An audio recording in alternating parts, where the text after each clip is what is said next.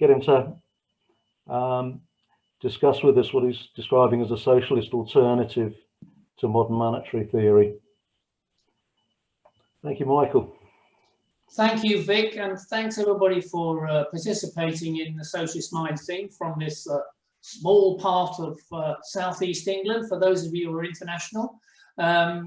It's these days, as Vic was saying earlier, for the first time, it doesn't really matter where we are in the world. We can now communicate in this with the new technology and discuss and spread ideas so that we can understand what's happening in the world better and take action against it.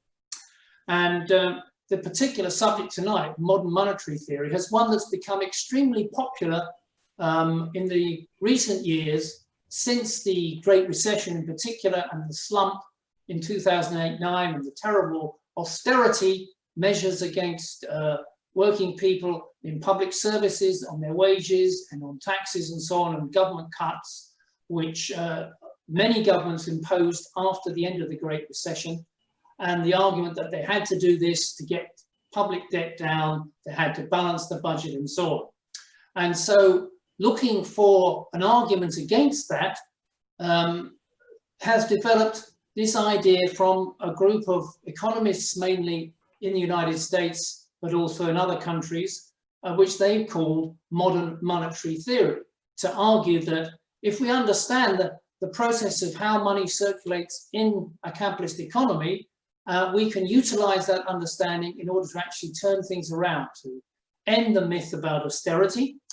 Stephanie Kelton, who's one of the leading exponents of modern monetary theory, an American advisor to Bernie Sanders in the past, wrote a recent book called The Deficit Myth, in which she seeks to expose the idea that you cannot run budget deficits indefinitely in order to bring about full employment and improve the lot of labor. And she argues against that idea. She calls that a myth. And behind that lies the modern monetary theory, as it's called. A monetary theory which is applying to modern capitalism to show that it is not necessary to balance budgets, to hold the debt down. We can expand the economy, a capitalist economy, without doing that. Now I wanted to deal, that's the positive aspect in a way of modern monetary theory, but I want to deal with, if I can, give you a balanced view of how I see it from a socialist or a Marxist point of view, about whether this really does provide us with an alternative to the theories of the mainstream economics of the market, not having a role for the state, for preserving the interests of a balanced budget, not taxing capitalists too much, not spending too much government money in order to improve the economy, and relying instead upon the market, on the expansion of the capitalist sector. So I'm going to share, as I always do, for those who might know me before, a series of graphs to help us understand what I'm arguing here. So I'm just going to get those up if I can.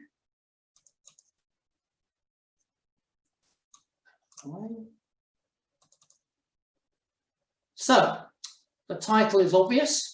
I'm going to debate the question between modern monetary theory and what I call modern Marxist theory, two MMTs, if you like. Now, MMT says that you can reverse austerity, as I said before, without threatening capitalism, like Keynesian deficit financing. For those who are not clear what that means Keynes argued in the 1930s and later that governments could run budget deficits in order to get out of a slump, out of a depression. Governments would spend more money than they taxed people for. The difference would be made up by borrowing money, issuing bonds, or getting loans in some form by which they could spend that money. If they did that, they would boost the economy, people would start spending, capitalists would start investing, and then what would happen was that the revenues would rise and the governments would get their tax revenues back, and by ending unemployment, they wouldn't be having to use unemployment benefit. So the balance would automatically come about through the process of introducing deficit financing. Now, MMT goes further than this. It offers a theoretical justification for permanent deficit financing. It says, as the state controls the money as a unit of account, governments control whether We have pounds, how many pounds they're going to print or produce. They control the unit of account, whether it's pounds, dollars, euros, and so on. So as they control that, there is no limit on government spending. A rising public debt is nothing to worry about. We can expand government spending because the state is in control of the unit of account, nobody else is, and therefore they control the dollars or the pounds that are going to be spent, and that can't be taken away from the state, and therefore the state is in a position to expand resources by printing money. The only constraint is, according to MMT, is that when the resources run out, in other words, when you completely maximize the capacity of the factories, the offices, the productive resources, and the employees, there's no more workers left to employ, you've got full employment. If you go on with the deficit and spending more, then you could cause inflation. At that moment, when you have full employment of all the resources, then it's time to tax that away, to stop issuing more money, and to tax actually money off the workers and the capitalists that you've given it to in the first place. So fiscal stimulus can be the solution to our problems of depression, of great recessions that we've seen, the slumps we have now under the COVID pandemic. What we need is a massive increase in fiscal spending in government spending, and we should maintain that until we have full employment and the capitalist economy is going. That's all we need to do, is more government budget deficits. The difference between the old Keynesian view and the MMT view, which makes it modern apparently, is about whether these deficits of government spending over taxes can and should be financed by issuing government bonds for banks to buy or for individuals to buy. When you go to a national savings certificate, in effect, you're buying a government bond in the UK. So the government is borrowing money by issuing that bond. Most of these bonds are bought by the banks, the commercial banks, and insurance companies and pension funds. Actually, at the present moment, most of them are being bought by the Bank of England, which only today said it was going to buy another £150 billion worth of government bonds in order to keep the deficit, finance the deficit that the governments are running. So what the MMT is saying, we don't even need to have bonds. All that happens is the central bank simply deposits a credit in the government's accounts, so the government can have £150 billion, doesn't have to issue a bond. The central bank just credits that digitally, if you like, into the government accounts, and away it goes. So the central bank is taking responsibility for this liability. Now, the MMT says that this is an endogenous approach. What they mean by that is that money is not created, it's created by the decisions of entrepreneurs to invest, households to spend. When you decide to spend, you need money, there's a demand for money, and the banks will grant loans, or you get to the companies that pay you for your wages and so on. And so the banks create money. The banks create money. The money isn't created and then the banks lend the money. The banks lend the money, and so money is created, and that's issued by the state. How's that money created? If the bank lends you money, you put it back into the bank as a deposit until you spend it. So in fact, what you've done is the bank have increased loans by, say, £10, and you put the £10 into the bank, so the deposit's increased it. So the bank has created that deposit of £10. It's created the money. So at a simple level, says MMT, this merely describes how a money economy works, how a capitalist economy works with banking and money. This is what many MMT authors argue. All we're doing is saying it like it is. We're not saying anything special.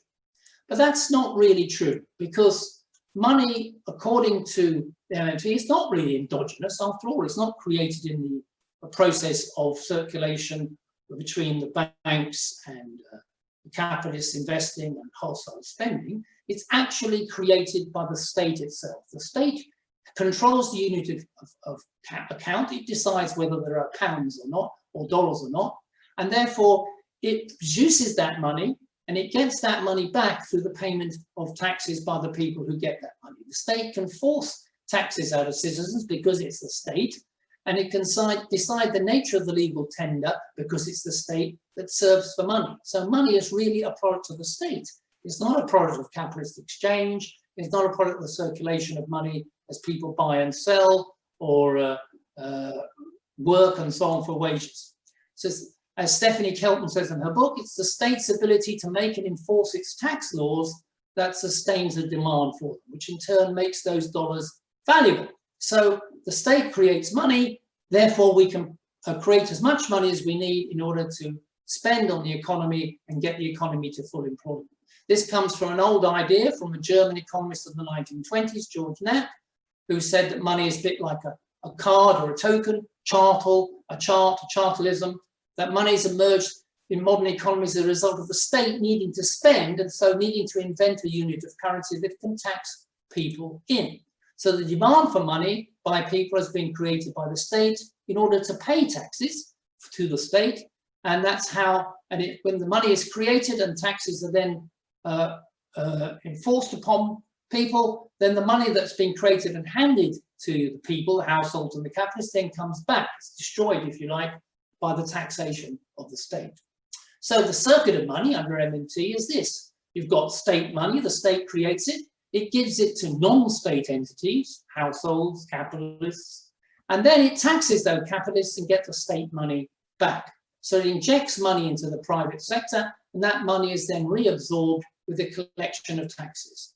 So if a government runs a deficit and spends more than it receives in taxes, the non-state sector then has a surplus which you can use to invest, spend, and employ more. The state deficit thus can be financed by creating more money. Taxes are not needed to finance state spending, which is the way most people think. People think taxes are being raised because governments are spending. No, taxes, according to MMT, are generating the demand for money. Because you know you've got to pay taxes, you need money, and so the state creates money for you. See, that's almost a back to front argument, but that's basically what they're saying. So you can see the state controls the unit of count, it can control the money economy, and it can spend these units without having to rely upon keeping a balanced budget. How does that differ from a Marxist theory of money? Let me argue this. Marx argues that money actually doesn't emerge because the state creates it, but it starts from the big process of communities beginning to exchange commodities between them, products between them that they need, whether it's cows for gold or pigs for a cloth and so on a very primitive level, at a barter level. Eventually you get the process of something that's universally accepted by different communities in exchange, either within the community, between different people, or between other communities, so that you get a universal form of exchange in money. It could be gold, it could be silver, later on it's paper notes, and now it's just bank deposits. So the state merely validates that money form. It defines what that unit will be, whether it will be a pound or a dollar. But it doesn't invent it, as the MMT claims. As Marx says, money comes out of the process of exchange, in which different products of labour are in fact equated with each other and converted into commodities.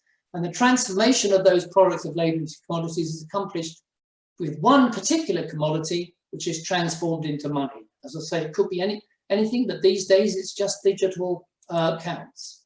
As Marx says in one of his books, money does not arise by convention any more than the state does. It rises out of exchange and arises historically, naturally out of exchange. It's a product of the same.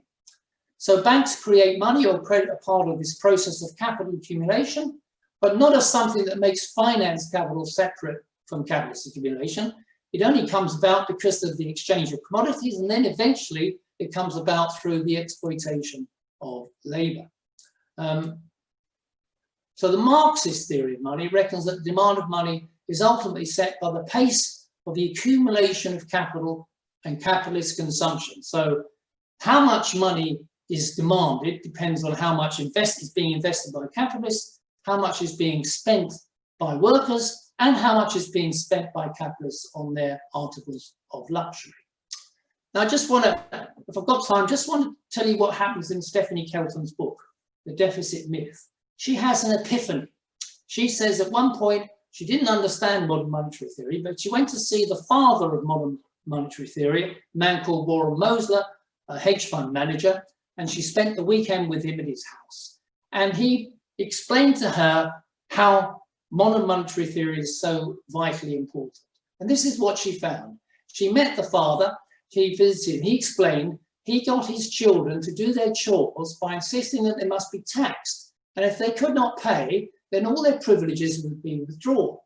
His tax took the form of business cards. This was his unit of currency, representing the state within the Mosler household. In order to get these business cards, which they needed, the children, otherwise they'd be taxed for these business cards, the children had to carry out tasks. Thus, the Mosler state household created money, business cards, which the people needed in order to pay taxes, the children. Kelton was overwhelmed by this proof of how the monetary system works, quote, and became a convert. And as the old saying goes, converts can be even more fervent than the original prophets. She is now the loudest supporter of that in America. But let's think about it. The Mosler household was not trading with other households and exchanging goods and services as they were. Then the business cards that the Mosler household had would represent exchange value between different households. It would be universal, not just some labor time involved within the Mosler household. The cards would have to be acceptable as a representation of labor time in other households. You'd have to have a universal quality and trust. So Mosler, as the state in the Mosler household, couldn't decide that internationally or beyond his own little area. As Marx explains, having labor chits is not money and cannot operate as money in a capitalist economy where production is for exchange, not for consumption. The production that made by those children was not for exchange, but simply in order to get the business cards that they required. And let me give you a modern example, which is happening under COVID. Airlines have cancelled flights in the COVID lockdown, and they're avoiding refunding customers with money or dollars. Instead, they're offering vouchers. Now, anybody can see that these vouchers are not money. They're universal representation of exchange value of all flights and all commodities is money, but merely these vouchers are tickets with that particular airline, and so worth only the dollar price of trips with that airline alone. So inside that one airline house, the Mosler house, the airline house, these vouchers are money, but nowhere else. So the epiphany that Kelton's had isn't really explained how modern monetary theory will lead to the position where money can be used universally and without limit. Because in my view, money only represents value if there's value in production to back it. Increased government spending from creating more units of account, dollars, cannot create that value. Indeed, some government spending can destroy value. So not all government spending is useful, like arms and leading to war. Productive value is what gives money credibility as represented value. A productive private sector generates domestic product and income that can give government currency credibility in the first place. When that credibility is not there, then the trust in the state's currency can disappear fast, as we see in Venezuela or Zimbabwe or Turkey right now. So the problem with MMT, this is the crucial point, the problem with MMT is it ignores the factor of the social structure of capitalism. Under capitalism, production and investment is for profit, not for meeting the needs of people. And profit depends on the ability to exploit the working class sufficiently compared to the cost of investment in technology and productive assets. It does not depend on whether the government has provided enough effective demand in money. Marx's monetary theory, as opposed to modern monetary theory, is on the side of labor, based on the law of value and exploitation of labor. So MMT has no concept of value or the law of value in the capitalist economy, namely that production is for profit, not social need. There's no mention of profit in Kelton's book or in most of the MMT books.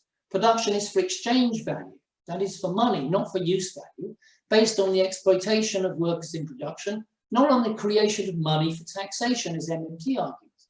Profit does not touch the sides of the MMT people. And the bottom line is this, which is Michael Pettis, is a Keynesian economist, not a Marxist. He points out when he's referring to MMT, the bottom line is this: if the government can spend these additional funds which have been created by just printing more money, as MMT argues, in ways that can make GDP grow faster than debt, then politicians don't have to worry about inflation or the piling up of debt. But if it isn't used productively, the opposite is true. So creating or borrowing money does not increase a country's wealth unless doing so results in directly or indirectly in an increase in productive investment. So if US companies are reluctant to invest, not because the cost of capital is high, but rather because profitability is low, then they're unlikely to respond by investing more simply because you print more money. You can lead a horse to water, but you cannot make it drink.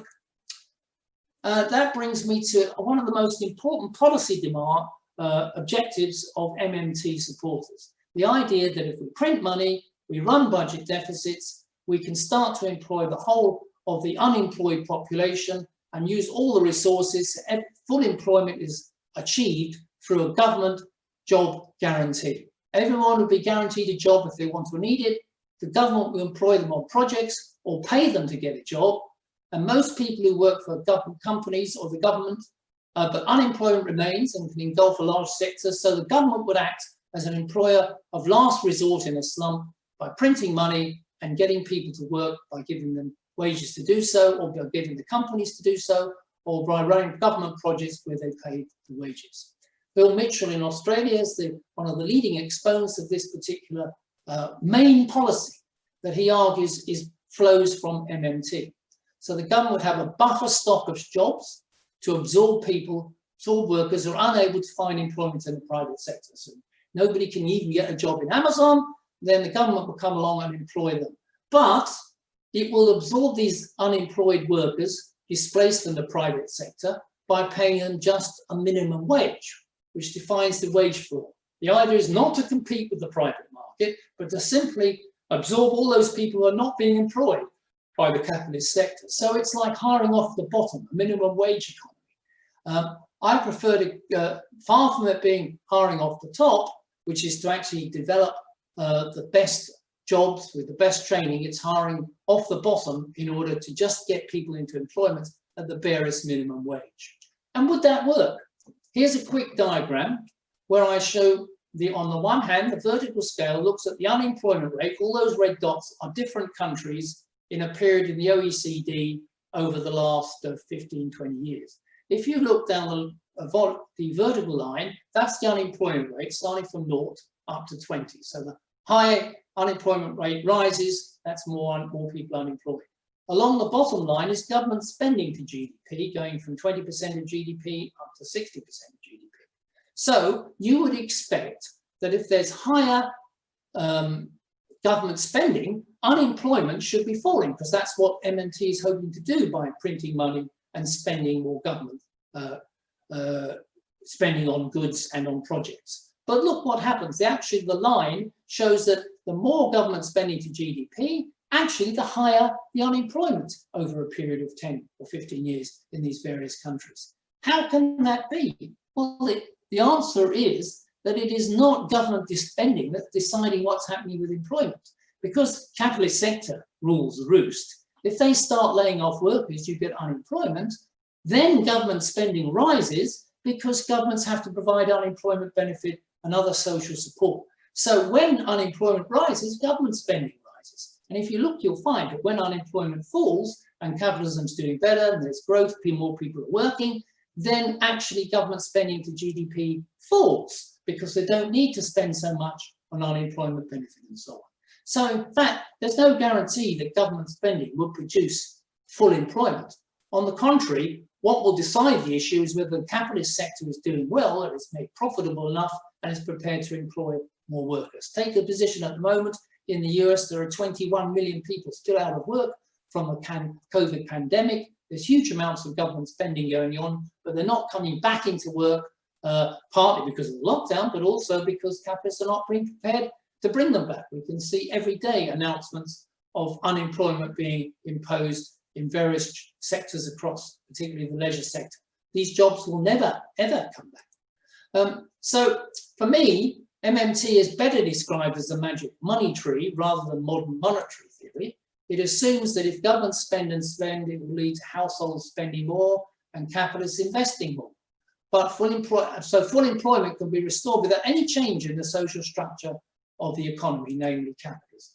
But under MMT, banks will remain in place, private banks, no change, big pharmaceutical companies which have failed to provide us with vaccines against these diseases, they'd still be there. nothing would be changed. All we do would be spending more, printing more money. The fossil fuel companies would be apparently untouched by MMT policy. All the big companies, like the big tech companies that are making huge profits at the moment, will remain untouched. The stock market would roll on. Can capitalism really be fixed just with the help of the state, financed through this magic monetary tree, when nothing has changed in the social structure of the economy as a whole, where the capitalist sector, which dominates investment and employment rather than the state? Can the state's printing money and running budget deficits really turn that around when not the social structure is unaltered? I don't think so. Unless you change the social structure, the policies of government projects and spending will not work. It's the other way around. MMT reckons that government spending can be expanded to any level necessary to achieve full employment through the issuance of money, without any reference to the productive activity of the non-state economy, the profitability of the capitalist sector. MMT regards capitalism can be saved and achieve harmonious growth and full employment, what Marx would call through the tricks of circulation. So just money printing apparently would solve the problem. But by not understanding that MMT is ignoring and hiding the social relations of exploitation of labour for profit. By selling this story, it's a snake oil, a myth of MMT rather than just the myth of the deficit. It misleads the movement away from fundamental change. So what is the alternative? Well, I would say a modern Marxist monetary policy, if you like, would, yes, be engaged in emergency government spending on investment and jobs and funded by the deficits and central bank financing, right, as was happening to some extent now, to solve the problems of people being put on furlough in this pandemic COVID crisis, but that won't be enough. The government's got to take the lead in controlling and directing investment and production and jobs, not leaving it to the capitalist sector and markets and just spending more government spending, as in World War II. In World War II, governments took over control of the investment and employment. They directed the capitalists, and they also expanded the government sector to 30 or 40% of the economy in terms of investment. In effect, they replaced the capitalist sector during the war for the war effort.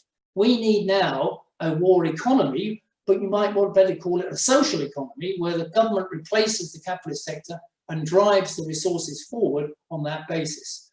That would mean public ownership of the major banks and strategic industries in the major economies around the world. Then you've got the resources to expand for a fully public health service and education system, publicly owned building corporation for housing, universal basic services free at the point of use, all the things which I'm sure supporters of the MMT want as well, but they fall short of being able to deliver that through just looking at MMT. And we need an international coordination to plan sustainable economic recovery. Countries like Venezuela can't use MMT. Countries like small capitalist countries and most global south countries can't use big budget deficits and just printing money to solve the problem. They can't do that. Possibly only the US would be in that position and still preserve the value of its currency. But even the US, as we can see, is not on its own. No country is an island in this world now, and that requires organization, international coordination. And that, in my view, requires organization on a social basis, changing the social structure of society, and not simply relying upon trying to find some monetary trick that would save the problem for us all. That's basically my argument. Hi, Michael. Thanks very much for that. My name is Mick. For people who don't know me, I'm from the South End Labour Party. I'm the treasurer of the local party. I used to work in banks once, so I'm sort of, not as a banker, I was an IT consultant, but I sort of know the nonsense that goes on. I guess the question that I have, and sort of Marx does address it to a certain extent, this is endpoint, is that at some point we'll get to a point where there is far less actual labour to do, far less work, and we're sort of moving to that willy-nilly right at the moment. We've already, by having this meeting, we've put out a work that, you know, the barmaid in the pub where we would often be holding this meeting, and the people who would drive us there, and the petrol stations who would sell us the petrol to get here, and so on. And this sort of thing is happening everywhere. And as I say, the concentration among the left and the right that the only solution is to get full employment seems to be part of the underlying problem, because that's something we're never going to be able to fix. And if we do, what are these people going to be doing apart from, you know, making coffee for people in offices who can't be bothered to bring their own coffee into work and so on? So I guess that's the question, the actual future of labour, Michael, and how does that fit into this? Yeah. Do you want me to take a few more, Louise, before we? Yeah, good. Yep, absolutely. If other people have any questions at this point, Des, yep. Well, it's just really in response to Mick's question just now, and I always cite the example of the Ford Dagenham factory where I worked back in the 80s and 90s, and when I first started there, the estate, the Ford Dagenham estate, used to produce, it had 30,000 workers on the estate, and it used to produce the same number of cars towards the end of the factory life, where there were only 10,000 workers. So what had happened is there was a 2/3 reduction in the workforce, but producing the same number of cars. But of course, our working week wasn't reduced by that amount. It was, we were still doing the 40-hour week, and all it meant was that there was 2/3 of the workforce were no longer employed, and therefore couldn't afford to buy the cars that we were producing. So really the answer would have been for a shorter working week. Now we did fight for the shorter working week. That was part of our wage demands against the company.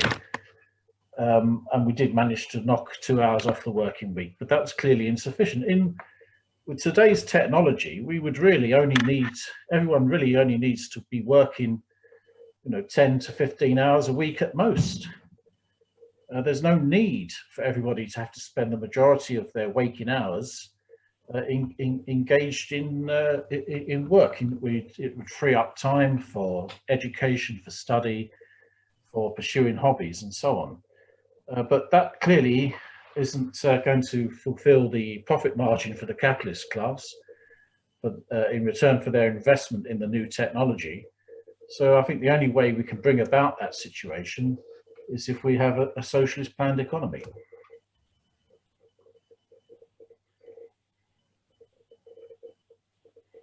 Yep, I can take another question. Sabrina has a question.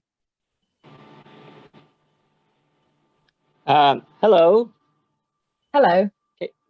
So I'm actually Sabrina's wife, John, coming from you from Wisconsin in the United States. Hello, Sabrina. Yeah, she changed it and I don't know how to go back. So she's a better person than I am, so I'll keep being her. But to return it kind of to the question of MMT, for me, it ends up being a rhetorical device of sorts, particularly in the US, to get people away from the concept of the federal government as a household style budget, and to make people realize that the myth of austerity has been that to the people working in the Treasury or the Fed or working on security desks for large banks, and to start to realize operationally how money actually works, and kind of remove it as a veil, to think how are we going to pay for things, to focusing on the real resources and the actual structure of production. And as you say, the capitalist system will not allow many of the programs that MMT advocates for, because of, for example, like Kalecki has said about the issues of full employment cannot be allowed under a capitalist system, and can kind of help people break out of one paradigm and shift into another, and possibly be more open to the concepts of like a public bank, or to start to see in the moment of the pandemic to bring up, you know, the experience between the US and China, where China was able to maintain social isolation and provide financial assistance to the economy, or even through their banking system to fund, you know, whatever kind of development they want, and not necessarily worry about how to structure it under a capitalist economy. So I guess the question that I have for you is, how do you view MMT from a Marxist perspective as having that rhetorical value to help people kind of shift from one perspective to the next and kind of help them move along to a new realization? Thanks.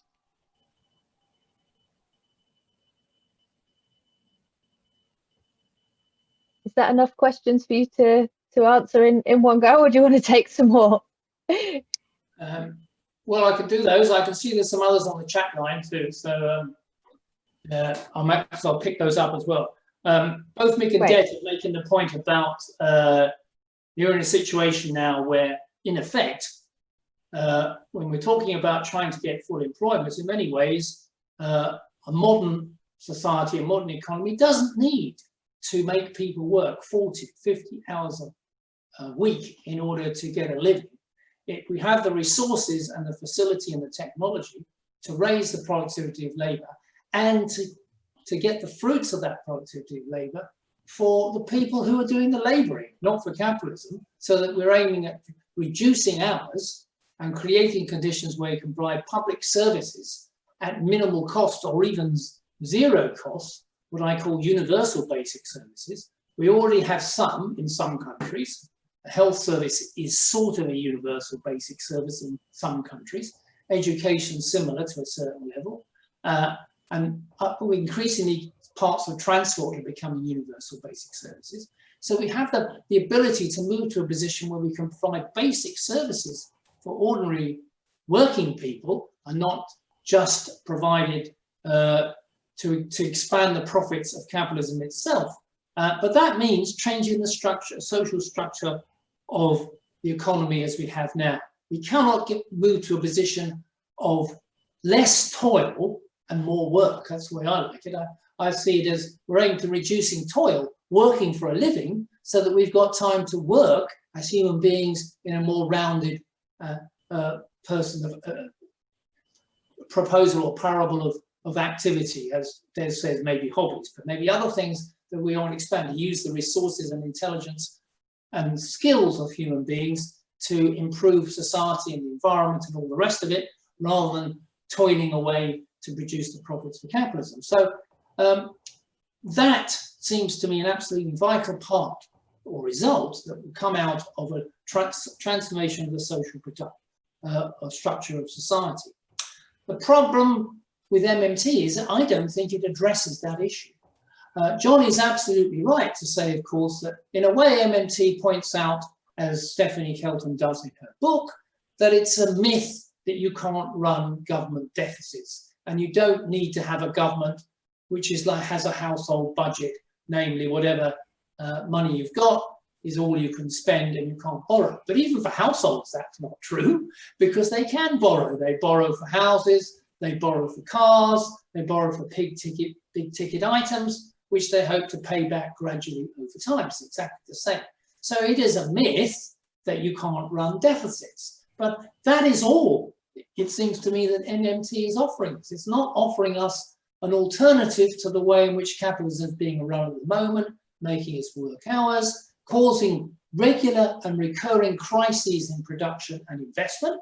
MMT says nothing about why we have crises, why we have unemployment. All it says is if you spend money and run deficits, you can get rid of unemployment and you can expand to do things like the Green New Deal, which somebody's mentioned, in environment and so on, and perhaps pay a universal basic income to people as well. These are all the things that would flow from extra government spending, but it doesn't explain why there's been a slump and unemployment in the first place, what's causing that, and what Marxist theory says, what Marxist monetary theory says, is that those crises are coming about on a regular recurring basis precisely because capitalism decides to reduce investment, to stop employing people, to lay off people, because it's no longer profitable for them to do so. They go through these cycles of boom and slump, where profitability is the driving force. And unless you change the social structure where you produce in an economy and provide the resources and the time for people, in other words, collective ownership and common and democratic control of the resources of the world, then you cannot begin to end this problem. All of what happened with MMT, which is just an extension of Keynesian policy, is every time there's a slump, we try to spend some more government money, which I said won't necessarily lead to more employment sometimes. But even if it did, it doesn't solve the problem that you could then end up in another slump in 5, 10 years later as a result of what's going on in the capitalist sector, which continues to dominate the economy. MMT has nothing to say about getting rid of the capitalist sector as such, where, as I say, Stephanie Kelton, Warren Mosler, the leaders of the MMT theory, says it's just explaining how money works under capitalism. It's not taking an ideological position. Well, frankly, I think it should take an ideological position. We needed to take a position for Labour against capital, not just say, well, capital operates like this and the state provides it money to operate like this. Actually, it's not true with all MMT theorists. Some of them do take a social position. Bill Mitchell takes the view that we should move towards changing the social structure of the capitalist economy. But it's not part of MMT theory as such. That's just his position. Stephanie Kelton has no socialist position in America. She doesn't advocate a socialist transformation of society. She merely advocates government spending through the printing or the expansion of money supply, and that will solve employment and provide us with resources. My view is that that is a false assertion. It won't succeed. So on the one hand, MMT might provide you with an opposition to the idea of austerity, perhaps, but the better opposition to austerity is not to be confused by imagining that the tricks of circulation or monetary expansion would solve the problems of capitalism and take us forward to a society where we work less, produce more, and distribute that for the benefit of people.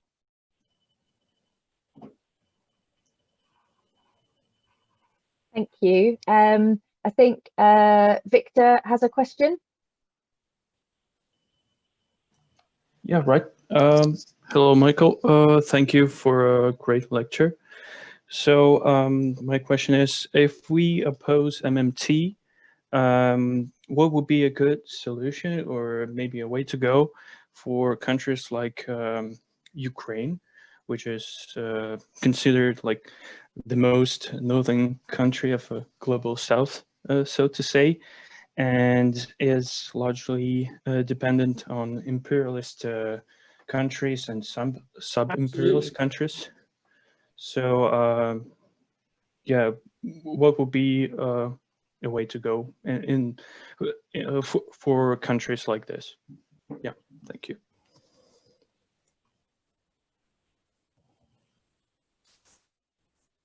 It's a key question. Do you want me to take that, Louise? Yeah, sure. Thank you. Yeah, but Victor's absolutely right. What about all? It's all very well talking about running budget deficits and expanding the money supply in countries like the US, the major imperialist power in the world, where the dollar reigns supreme. But what about countries like Ukraine, whose whole economy is dependent upon what foreign capital does about it, what imperialism does about it, what the IMF is prepared to offer, and for what? And that just doesn't apply to Ukraine. It applies to all the countries of the so-called global south, and countries outside the mature capitalist economies, whether it's Argentina and Brazil, whether it's the African countries, whether it's the poorer Asian countries. Across the world, the vast majority of the world's population lives in countries which are not able to work, to develop on their own, like the US entirely, and that they do depend on foreign capital, unfortunately, and that puts them under the grip of imperialism. And it also means that their currencies, if they were to expand their currencies, as they've done in the past, what that produces is a collapse in the currency, the inability to get imports to improve their living standards or to expand investment, And so they're completely unable, they're trapped in this network of finance capital and imperialist control. So what's the answer for countries like Ukraine? Well, I think there are perhaps two models I will present to you at the moment. Firstly, if you want to take a country like Bolivia, Bolivia has just overthrown the ruling groups which carried a coup against it through a general election with a massive victory. The Bolivian government, which is a left government, in the past has operated by trying to take over sectors of the economy, to expand the oil and gas and minerals industries in those countries, to get them out of the hands of imperialism, and attempt to expand and industrialize the economy so that it benefits the vast majority of the population. It's a tiny country. It can easily be crushed by imperialism, but that's the start that it has to make. You can only start where you are. That's a very small country. If you want to take a very huge, giant country, take China. China has kept imperialism out. It has expanded its economy through state direction and state ownership and through planning, rather than relying upon the capitalist sector on the whole. The capitalist sector is big in China, but it's not decisive. And if the capitalists step out of line, the state deals with them. So we have a position where China is able to overcome this COVID much more quickly, sweep past the Great Recession before, to expand its economy and take 800 million or more Chinese out of poverty into a reasonable level of standards of living, which is happening, despite all the other imperfections and factors that we could discuss about China. But the economic structure of China creates an opportunity to expand the economy even without international coordination. And the result is that the Chinese currency is not collapsing. The Chinese can expand their currency because the productive potential of that country and the forces of that country enable the currency to remain and keep its credibility. And it's under very strict control by the state on its valuation. So I give you two examples, a very small country and a very large country, that if they can break with the power of capitalism and sustain that, then and can move forward on the basis of planned economy based primarily on public ownership of the strategic sectors, it is possible to achieve an alternative to depression, to slumps, to severe unemployment, which regularly occur in all the other capitalist economies, and of course have occurred in Ukraine every so often, despite in top of which, of course, the Ukrainians had to take into account a major civil war and breakup of their country, such as it was, and at the same time are completely dependent upon foreign capital. They have the alternative at the moment, either foreign capital from the West and the US, or by Russian domination. So that's a situation which can only be avoided by the Ukrainians having the ability to seize control of their own assets and resources through the movement of the people, and to move towards a planned economy which breaks from imperialist control. Thank you. I think, Louise, you may now be able to hear me, can you? Tim, do you want to say something? I can hear you, yes. Okay. I was just, as you were doing such a marvellous job in the chair, I was going to ask a question through you, Chair, if that's acceptable. Just picking up on the point that that Michael made there about the Chinese economy. One of the things about the Chinese method of government is they've got something like 100 or more think tanks working away on advising on policy. So they've got quite a large kind of intellectual input into their policy making. Now, in the UK, the think tanks that we have had over the last sort of 50 years or so have all, pretty much in terms of economics anyway, been of the neoliberal variety. And I can remember thinking some time ago that I'd quite like to see if I could myself do some studies in Marxist economics, and I just couldn't find anywhere that was teaching it. There seems to be a huge intellectual deficit on the left, I think, in this country, and I suspect far more broadly than that.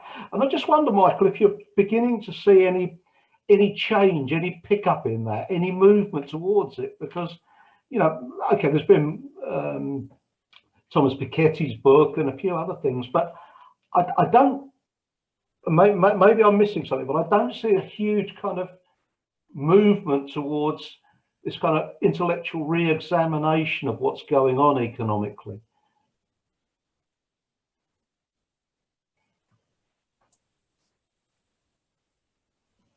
Do you want to take a contribution from Tim as well, and then maybe answer the both together?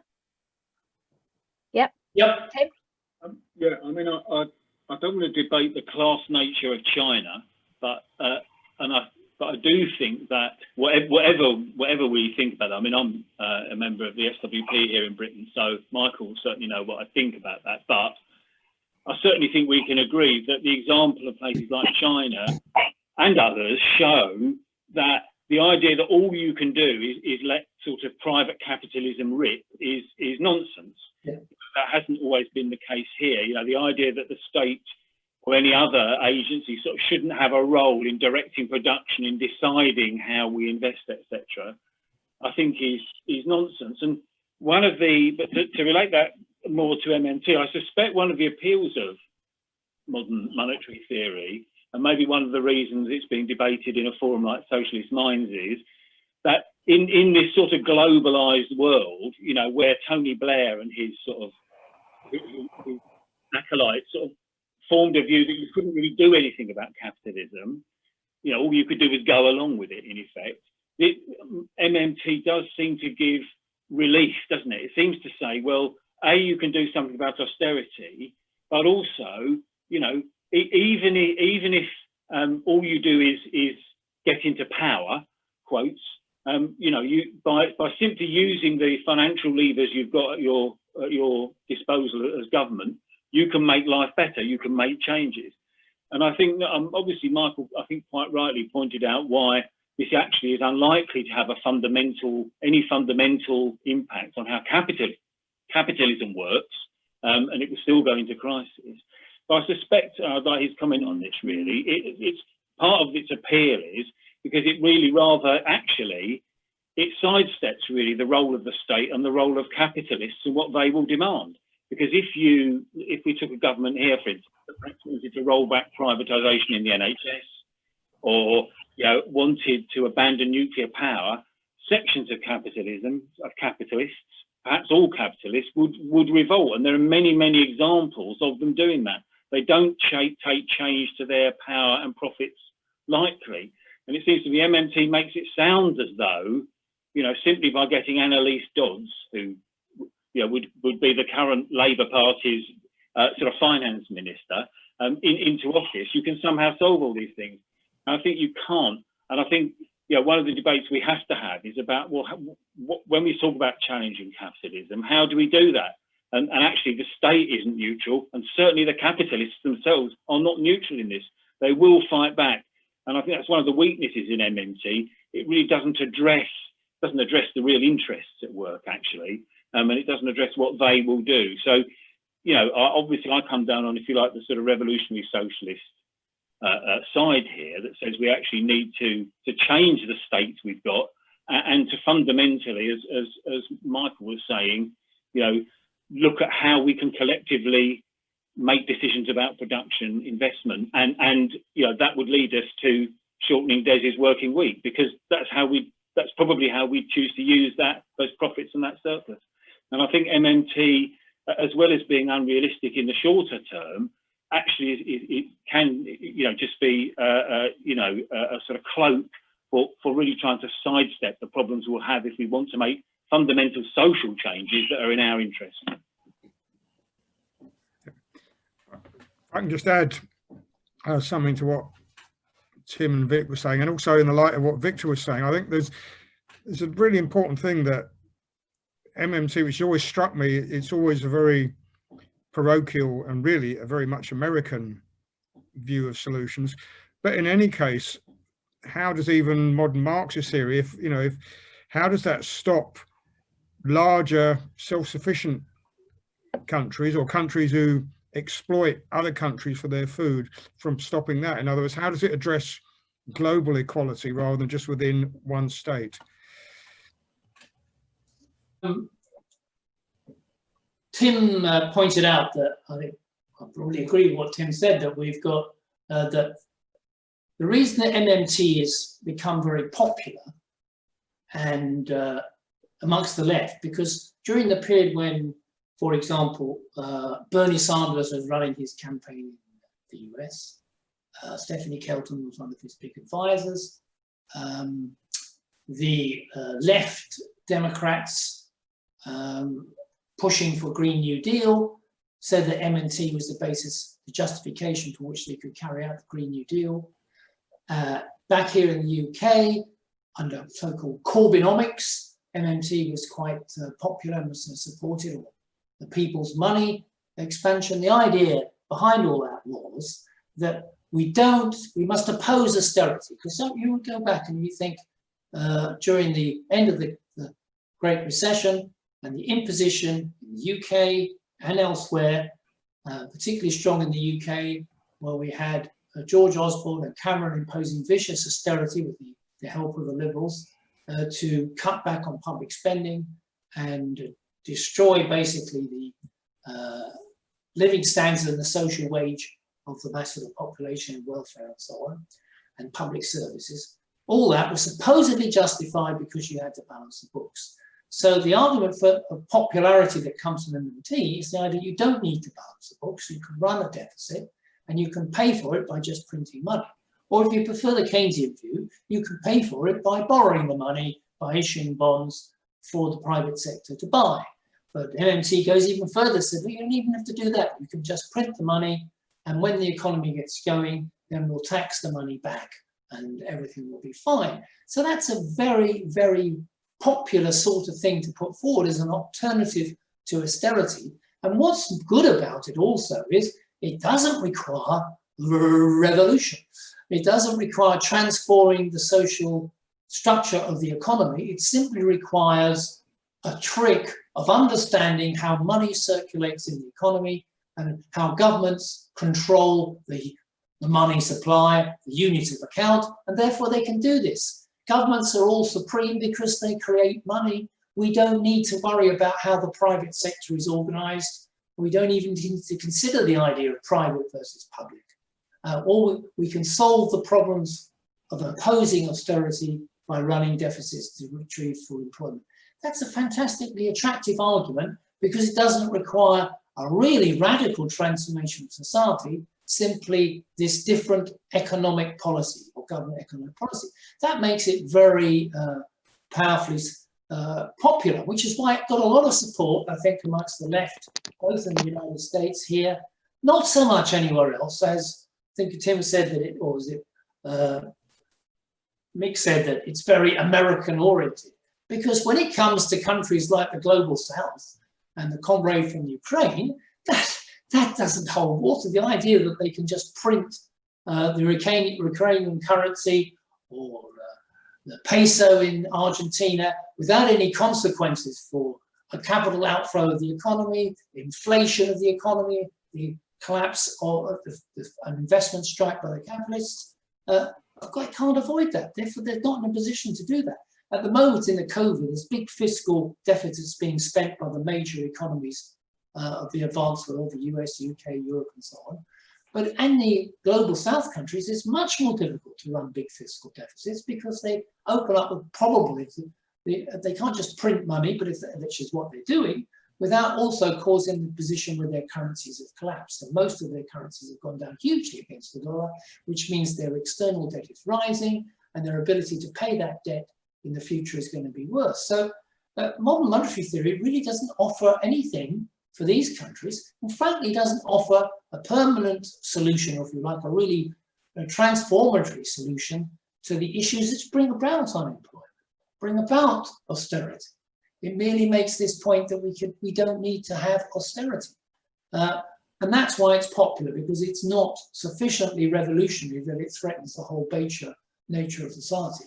And to answer Vic's point, that's why Marxist economics doesn't appear in any universities much anywhere in the advanced capitalist world. In a handful of universities in the UK and the US, is there a Marxist economics course or any Marxist economists that actually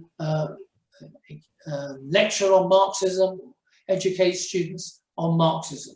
Even what is called, by the way, in academic circles, heterodox economics, which is the idea, it's a mix of everything, of Marx, Keynes and others, anti-austerity type economics. Even that has minimal influence within the universities of the major economies around the world. There's more influence in the global south economies in the universities there, where there is a lot more of a fervent of looking for alternatives, because there has to be, because there's no alternative.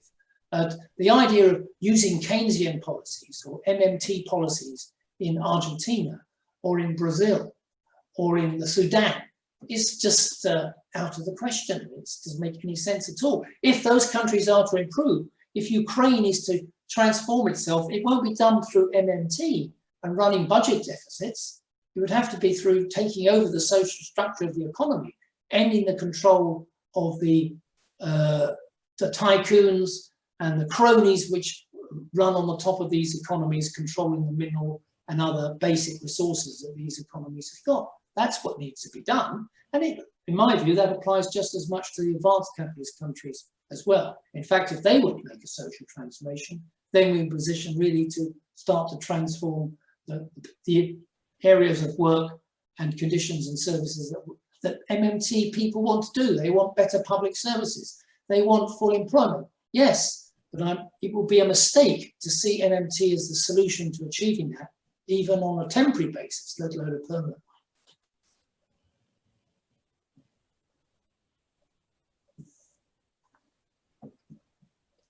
one. Mick's just saying it's almost impossible to get a university position as an economist if you haven't had papers published in the leading journals which are committed to the capitalist and neoliberal hegemony.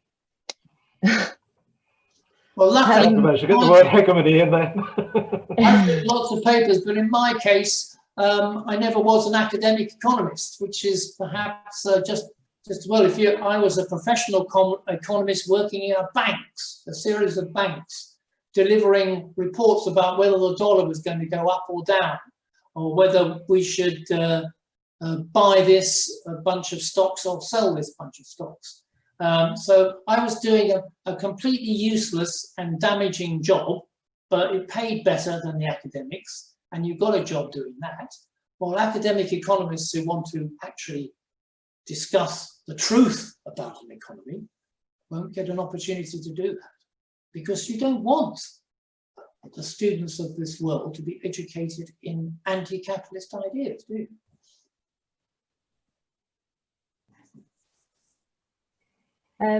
Shahid's put a question in the chat, but do you want to ask it, Shahid, or would you like me to? How MMT? Yeah, it was just a basic question that how MMT address the issue of the inflation, because one of the very objection comes on theory of the MMT that how it will control the inflation. I have no fiscal background. I'm just a common man, but it will be interesting answer for me. Thank you. Yeah, well, the mainstream economists attack MMT by saying that if you just print money, you're going to cause inflation. MMT say, no, that's not the case, because there's slack in the economy. If we've got 10 million unemployed, and if we've got factories and other businesses not fully at full production, there's plenty of capacity, resources, that if we give people money to spend, to employ workers or to buy goods, then we can expand the productive forces and there'll be no inflation, because if production rises as a result of the spending of the money, then it doesn't cause inflation, it just creates more goods. So the prices would stay the same. That is the MMT reply to that. Then he said, if they get to full employment and there's no more available capacity, then you could have inflation. But then what we do is we stop printing more money, or we tax people, the capitalists and the workers as well, apparently, because they've got too much money, and we take it back into the state, and that's how we control inflation. My argument against that, well, basically what we're saying is the capitalist system stays as it is, so we're going to try and manage the capitalist economy. We're going to print some more money for the capitalist economy. When it's overheating, we're going to take the money back through taxation. So we're going to be continually managing between not too much taxation or deficits, basically Keynesian management of the economy, which was what used to be advocated in the 50s and 60s. But that failed in the 70s. What we ended up with was inflation and stagnation. We got no production, and then we got inflation. And when the Keynesian management idea came with we must get the economy going, they just caused inflation. They couldn't understand why they were getting inflation, and then they didn't even get production. And of course, what lies beneath that is what is going on in the capitalist sector itself, which is not discussed by the Keynesians or the MMT. What was going on in the 70s was a dramatic fall in the profitability of capitalism, so that they were unwilling to expand investment. And then we had a series of major slumps, which the Keynesians did not expect to happen. They thought they could manage the economy, as I've just described, by if there's too much demand, then we tax a bit more. If there's too little demand, we run a deficit. We can make the ship of capitalism move gradually in the wind from one side to the other forward. But if the capitalism's got a hole in it, and the boat's got a hole in it, then it doesn't matter whether you're able to direct it to the left or to the right. And that is the issue which MMT has exactly the same position as Keynesian does on that we have capitalism, we can manage it better if we just understand that, and just understand that we don't need to balance the books. Well, but thanks for telling us that we don't need to balance the books. I know that's an important matter because many mainstream economists used to say they did, and the governments used to argue that they did. So that's perhaps an argument in favour of MMT. But frankly, that's not a socialist view anyway. We never said we should balance the books. Socialist view goes further than MMT. It's talking about transforming the economy in the private sector, which MMT has nothing to say about.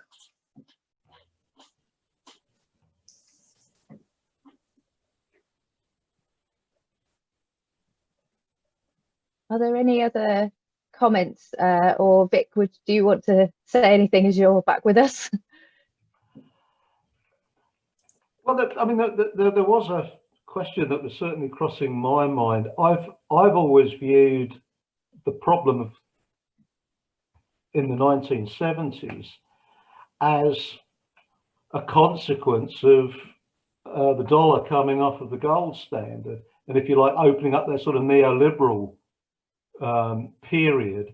As currencies start to move in the market, they become subject to demand, and then of course, because oil is paid for in dollars, you got the OPEC crisis, and it's sort of coming from there. You then had to go to borrow to the IMF.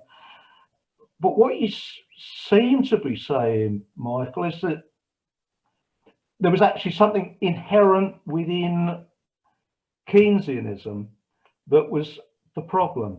And I think that's an important distinction and an important point that you're making, because I think there's still a lot of people on the left in the UK that think if we can go back to the old Keynesian way, we can solve the problems. And what you seem to be saying is no, it wasn't neoliberalism that buried Keynesianism. It was something inherently wrong in Keynesianism, if I've understood correctly. Well, Keynesianism failed to deal with the crisis of capitalism in the 1970s. And neoliberalism, for those who, I don't really like this word, but basically it's the policy that capitalists adopted from the 80s onwards, of saying they'd had a dramatic fall in profitability. The only way they could get profitability up, which is key to capitalism, because there's no investment without profit, that they had to reduce the government sector. They had to privatize those state sectors and turn them into profitable capitalist sectors. They had to hold down the wages of the workers by destroying the trade unions. They had to find ways in which to raise the exploitation of the labour force. And they achieved it to a relative extent during the 80s and 90s. Although, if you read my blog and my papers, you know that they didn't really get back to where they were in the 60s even. But that was their intention. So neoliberalism was a policy or an ideology to transform capitalism, to reduce the role of the state and increase the profitability of capital at the expense of labour. That was their policy solution, because the capitalists had gone along with Keynesian policies and the idea that they could actually manage the capitalist economy and make it grow harmoniously with full employment. The Keynesians claimed they could achieve that, but they couldn't. That's why Keynesian economics disappeared. It was destroyed by monetarist and neoliberal economics, or traditional market economics, afterwards, because of the crisis that capitalism had. On the question of coming off the gold standard, that's on top of that, it's another layer of the debate, that the American capitalist economy was getting in crisis. They could not possibly sustain their expansion of the economy and the expansion of the dollar by tying it to gold anymore. They needed if their manufacturing sector became under competition from Europe and then from Japan, they were forced to the position of trying to buy the goods of Europe and Japan by allowing the dollar to be printed. So yes, they paid the same, more dollars to the Germans and Japanese, but of course they were worth less because they'd taken them off the gold standard. So doing that, the Nixon policy in '71 was actually designed to provide, as it were, some relief to US capitalism relative to their competitors who were Germany and Japan at the time. So within the overall crisis of capitalism, there is a struggle between the different capitalists. And I think the removal of the dollar gold fixed standard was the attempt of US capitalism to preserve its position relative to Germany and Japan by making them take the cost of a weaker dollar, which is what it boiled down to. So that was a secondary thing, but also important, but secondary to the underlying crisis in capitalism. So that's why when people say, well, it all came to hell in a handcart when the US came off the gold standard. Well, the US came off the gold standard because the US was already going towards a hell of a handcart. It had to come off. So that was the way round I see it. And they wanted to make the Germans and the Japanese pay for the crisis more than the US should pay for it. Well, And then, of course, the Saudis took advantage of that by boosting the oil price. Yeah, that's right, yes. Actions have consequences and reactions. Can't do that anymore. Do we have anybody else that is looking to ask a question?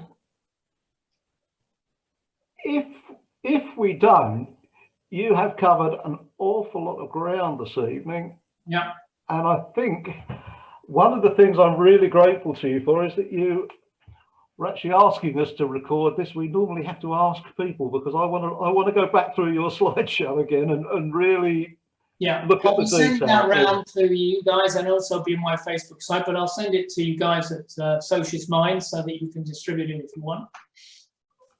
Well, absolutely. And I mean, one of the things that we try to do with all of the people that address us is to keep the conversation going through our Facebook site. If you want to post your blogs on there or anything else that's going on, feel very free to do that. For me, it's been a real pleasure to have this discussion with you this evening, because as I say, it was some years ago that I first read your book, The Great Recession, and I realised you seemed to be saying things that I just wasn't hearing elsewhere. And it's been really great to have you here. And so this is part of a series of 3 of these that we've had now on modern monetary theory. I don't know where it's going to go next, but we've obviously got to. The big question is this intellectual deficit, if you like, on the left. If we haven't got any answers, then we're stuck with. You're making an attempt to fill the gap here, Vic, and you, the rest of you down there. It's a very small. Very small effort in that regard, but hopefully. But just remember, there's lots of small efforts all around the world going on at the moment, some of which have linked into us this evening. So everywhere I come across this in my blog, with the comments that I get to my blog, all around the world, there are groups trying to understand what's going on from a socialist and Marxist perspective. So I have some degree of optimism that the deficit, maybe not Stephanie Kelton's deficit, will be taken up, but the Marxist deficit might be filled. Yeah, And of course, it's great to have so many people come attend this from all around the world. I do hope that folks will